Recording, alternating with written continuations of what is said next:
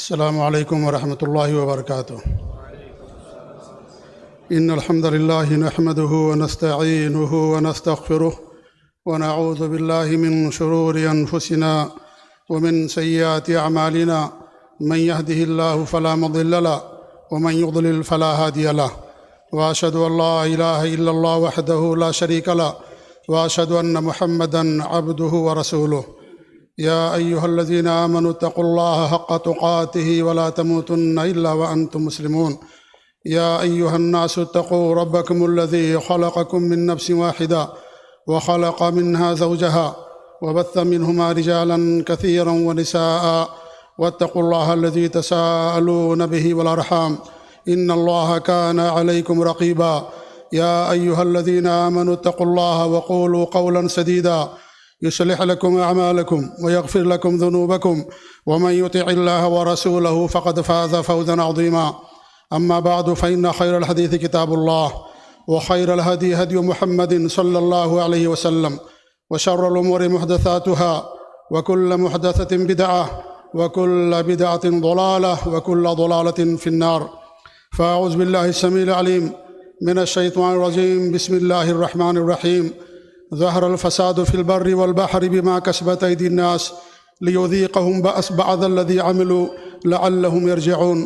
وقال أيضا وأصلح ولا تتبع سبيل المفسدين. وعن ابن عباس رضي الله تعالى عنهما قال رسول الله صلى الله عليه وآله وسلم يا أيها الناس إني قد تركت فيكم ما إن اعتصمتم به فلن تضلوا أبدا کتاب اللہ و سنت نبیہ اخرج الحاکم فی المستدرک والبیہقی فی سنن الکبریٰ والآجری فی الشریعہ وسول امام البانی فی صحیح ترغیب و ترہیب۔ صدر کانفرنس، ناظم پروگرام اور اسٹیج پر رونق افروز معزز اور مکرم علماء کرام اور دینی و ملی بھائی اور دوستو، اصلاح امت کانفرنس جاری ہے۔ اس کانفرنس میں جو موضوع مجھے دیا گیا ہے وہ یہ ہے کہ امت کی اصلاح کیسے ہوگی۔ وقت کے لحاظ سے بہت ہی اہم ترین موضوع ہے اور بڑے ہی اہم عنوان پر یہ کانفرنس آپ کے شہر ریاض میں جالیات بدیعہ کی طرف سے منعقد ہو رہی ہے۔ اللہ تعالیٰ سے ہماری دعا ہے کہ اللہ رب العالمین اس کانفرنس کے ذریعے سے امت کی اصلاح فرمائے، ہمارے عقیدے کی اصلاح ہو، ہمارے اخلاق کی اصلاح ہو، ہماری عبادات کی اصلاح ہو اور ہمارے زندگی کے اندر آنے والے تمام معاملات کی اصلاح ہو، آمین رب العالمین۔ امت نبی سے بنتی ہے اور ہر امت میں اللہ رب العالمین نے ڈرانے والا بھیجا ہے۔ اللہ تعالیٰ کے ارشاد ہے من امت الا خلا فیہا نذیر، کوئی ایسی قوم نہیں گزری ہے، کوئی ایسی امت نہیں گزری ہے جس میں ہم نے ڈرانے والا نہ بھیجا ہو۔ وہ نبی، وہ ڈرانے والا اللہ کے عذاب سے، اللہ کی سزا سے، اللہ کی پکڑ سے، اللہ کی جہنم سے، اللہ کی نافرمانی اور اس کے گناہوں سے ڈرانے والا اللہ رب العالمین نے ہر قوم میں اور ہر امت میں نبی بنا کر کے بھیجا۔ نبی امت کا سب سے پہلا مصلح ہوتا ہے، سب سے پہلا مصلح، امت کی اصلاح کرنے والا، امت کو صحیح راستے پر گامزن کرنے والا، توحید کی دعوت دینے والا، شرک اور اللہ کی نافرمانیوں سے ڈرانے والا، سب سے پہلا امت کا جو مصلح ہوتا ہے وہ نبی ہوتا ہے۔ امت، جیسا کہ آپ نے اس سے پہلے بھی ایک خطاب کے اندر سماعت فرمایا کہ امت دو طرح کی ہوتی ہے، ایک امت دعوت جنہیں غیر مسلم کہا جاتا ہے، جنہیں دعوت دینے کی ضرورت ہے، وہ بھی نبی کی امت ہوتی ہے، اور ایک امت استجابت جنہوں نے نبی کی دعوت قبول کی، اللہ پر ایمان لائے، آخرت پر ایمان لائے، ایسی امت کو امت استجابت کہا جاتا ہے۔ اور یہاں جو اصلاح امت کانفرنس ہو رہی ہے اس سے مراد یہی امت ہے، امت استجابت، جس امت نے نبی کی دعوت قبول کی، نبی کا کلمہ پڑھا، نبی پر ایمان لائے، آخرت پر ایمان لائے، اللہ پر ایمان لائے، یہاں اس امت سے یہی امت مراد ہے۔ لہذا امت کی اصلاح یہ انبیاء کا وظیفہ، انبیاء کا عمل رہا ہے، اور امت کی حفاظت اور امت کی بقا اسی عمل کے جاری رہنے میں ہے۔ اگر اصلاح ختم ہو جائے امت کی تو امت بھی ختم ہو جاتی ہے۔ اگر مصلحین باقی ہیں، حقیقی مصلحین، تو امت بھی باقی رہتی ہے، اللہ تعالیٰ کا عذاب نہیں آتا ہے۔ اللہ رب العالمین نے ارشاد فرمایا وَمَا كَانَ رَبُّكَ لِيُهْلِكَ الْقُرَىٰ بِظُلْمٍ وَأَهْلُهَا مُصْلِحُونَ۔ اللہ رب العالمین اس بستی کو ہلاک نہیں کرتا جس بستی کے اندر مصلح رہتے ہیں، اصلاح کرنے والے رہتے ہیں، معروف کا حکم دینے والے اور منکر سے لوگوں کو روکنے والے رہتے ہیں۔ حقیقی معنوں میں جہاں یہ مصلحین رہتے ہیں، ایسے مصلحین کی صورت میں رہنے کی وجہ سے اللہ رب العالمین اس امت کو ہلاک و برباد نہیں کرتا ہے۔ اصلاح، امر بالمعروف، منکر سے روکنا، یہ ہماری شناخت ہے، یہ ہماری پہچان ہے، یہ ہماری خیریت کے لیے سب سے اہم ضروری عمل ہے۔ اللہ رب العالمین کی ارشاد ہے کنتم خیر امہ اخرجت للناس تأمرون بالمعروف وتنہون عن المنکر۔ تم بہترین امت ہو، تمہیں اس لیے نکالا گیا ہے کہ تم لوگوں کو معروف کا حکم دیتے ہو اور لوگوں کو منکر سے روکتے ہو۔ معروف، ہر معروف کا حکم دیتے ہیں، اور دنیا کا سب سے بڑا معروف توحید ہے، خالص توحید، اور دنیا کا سب سے بڑا منکر شرک ہے۔ اس لیے جو مصلحین حقیقی ہوتے ہیں وہ سب سے پہلے انبیاء کے راستے کو، سلف صالحین کے راستے کو اپناتے ہوئے توحید خالص کی دعوت دیتے ہیں اور لوگوں کو شرک سے منع کرتے ہیں، لوگوں کو شرک سے روکتے ہیں۔ صرف معروف کا حکم نہیں دیتے، معروف کا حکم دینے سے اصلاح نہیں ہوگی، یہ نبی کے، انبیاء کے طریقے کے خلاف ہے، اللہ تعالیٰ کی حکمت اور اس کی سنت کے خلاف ہے کہ صرف معروف کا حکم دیا جائے اور لوگوں کو منکر سے نہ روکا جائے۔ ہماری پہچان ہے دونوں، معروف کا، توحید خالص کا، ہر خیر کا حکم دینا اور لوگوں کو ہر منکر سے روکنا، ہر برائی سے روکنا۔ اس لیے اللہ نے جہاں جنت بنائی وہیں اللہ نے جہنم بھی بنائی، جہاں اللہ نے فرشتوں کو پیدا کیا وہیں اللہ رب العالمین نے ابلیس کو اور شیطانوں کو بھی پیدا کیا، جہاں اللہ رب العالمین نے خیر بیان کیا قرآن کے اندر وہیں اللہ رب العالمین نے شر بھی بیان کیا۔ اللہ رب العالمین نے جہاں قرآن کریم کے اندر اخلاق حمیدہ کا ذکر کیا وہیں اللہ رب العالمین نے قرآن مجید کے اندر جو اخلاق رذیلہ ہیں، برے اخلاق ہیں، ان تمام چیزوں کا بھی ذکر کیا تاکہ لوگ اس سے باز آئیں، اس سے ڈریں اور ان اخلاق رذیلہ سے، ان گناہوں سے اور نافرمانیوں سے دوری اختیار کریں، خالص اللہ رب العالمین کی بات کریں۔ لہذا صرف معروف کا حکم دینا، اور وہ بھی صرف معروف کا حکم نہیں دیا جاتا کیونکہ دنیا کا جو سب سے بڑا معروف ہے اس معروف کو فتنے کا ذریعہ سمجھا جاتا ہے۔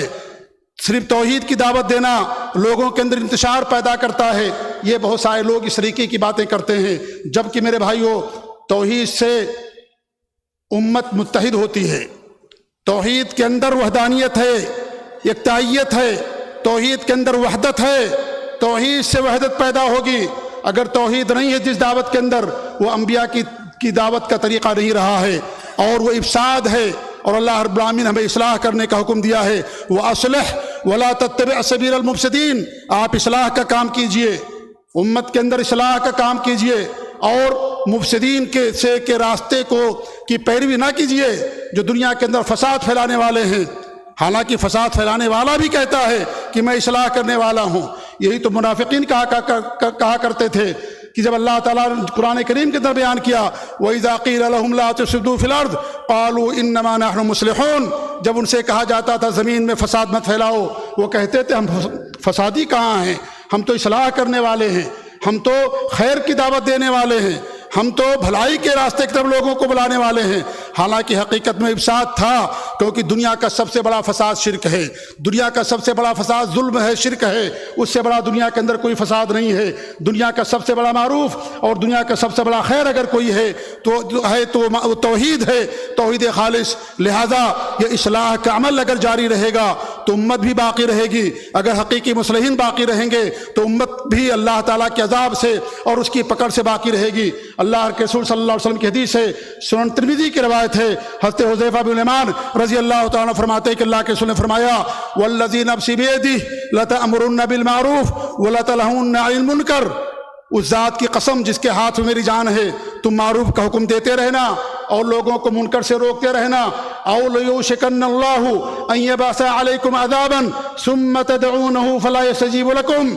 اگر تم نے یہ فریضہ چھوڑ دیا، امت کی اصلاح کا، حقیقی اصلاح کا فریضہ اگر تم نے چھوڑ دیا، معروف کی دعوت دینا اور منکر سے روکنا، اگر تم نے اس عمل کو چھوڑ دیا تو تم دعا کر تو اللہ تعالیٰ تمہارے اوپر عذاب بھیج دے گا، اور جب تم دعا کرو گے اللہ رب العالمین تمہاری دعا کو قبول نہیں کرے گا. فلا یستجیب لکم.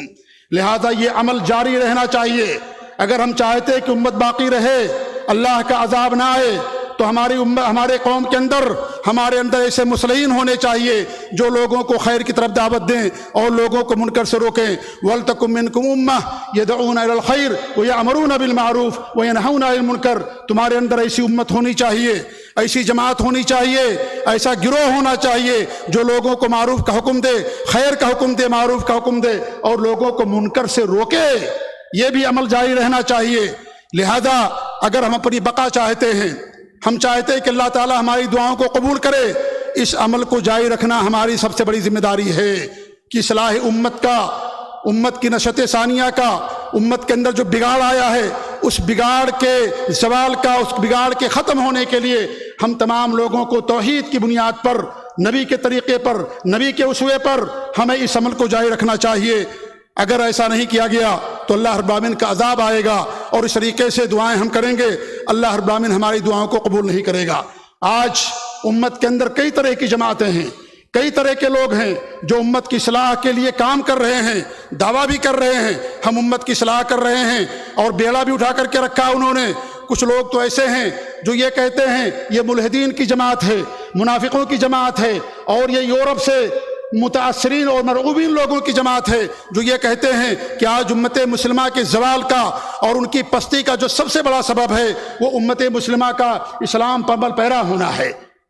وہ چاہتے یہ ہیں جیسے دنیا کے اور لوگوں نے اپنے دین کو چھوڑ دیا، نصارہ نے چھوڑ دیا، یہودیوں نے چھوڑ دیا، غیر مسلموں نے چھوڑ دیا، دنیا دار ہو گئے اور چند رسمیں باقی رہے گی ان کے مذہب کی. وہ چاہتے کہ مسلمان بھی آج صرف نام کا مسلمان باقی رہے، نام اس کا مسلمان رہے، عید کی نماز پڑھ لے، بقرعید کی نماز پڑھ لے، شادی ہو کوئی امام آئے، کوئی قاضی آئے نکاح پڑھ دے، اس کی وفات ہو جنازے کی نماز پڑھ دیا جائے، یہی مسلمان ہونے کے لیے کافی ہے، اور باقی تمام چیزوں کو چھوڑ دیا جائے. یہ ملحدین کی جماعت ہے، یہ منافقین لوگوں کی جماعت ہے. اس سے امت کی اصلاح نہیں ہوگی. امت اور زیادہ کیوں، امت اور زیادہ فساد اور تباہی اور بربادی کے دہانے پر جائے گی. امت اور زیادہ زوال پذیر ہوگی. امت کی اصلاح کن چیزوں کے اندر ہوگی؟ دین کے اپنانے کے اندر ہوگی. اللہ کے رسول صلی اللہ علیہ وسلم نے فرمایا تھا کہ اذا تبایعتم بالعینہ واخذتم اذناب البقر ورضیتم بالزرع وترکتم الجہاد سلط اللہ علیکم ذلا لا ينزعه حتى ترجعوا الى دینکم. یہ صادق مصدوق نے، نبی کائنات نے، رحمت للعالمین نے فرمایا کہ اگر تم بیع عینہ کی خرید و فروخت کرو گے، العینہ کا مطلب یہ ہوتا ہے کہ کسی سے ادھار خریدنا اور اسی سے اس کو نقد میں بیچ دینا، یہ شریعت کے اندر یہ تجارت اور یہ خرید و فروخت حرام ہے. آپ نے فرمایا جب تم یہ حرام کاروبار کرنے لگو گے اور اس طریقے سے جو جانور ہیں ان کی جانوروں کی دموں کو پکڑ لو گے اور کھیتی باڑی سے راضی ہو جاؤ گے، اسی کے اندر مگن رہو گے اور جہاد کو تم چھوڑ دو گے. جہاد سے مراد صرف وہ جہاد نہیں ہے.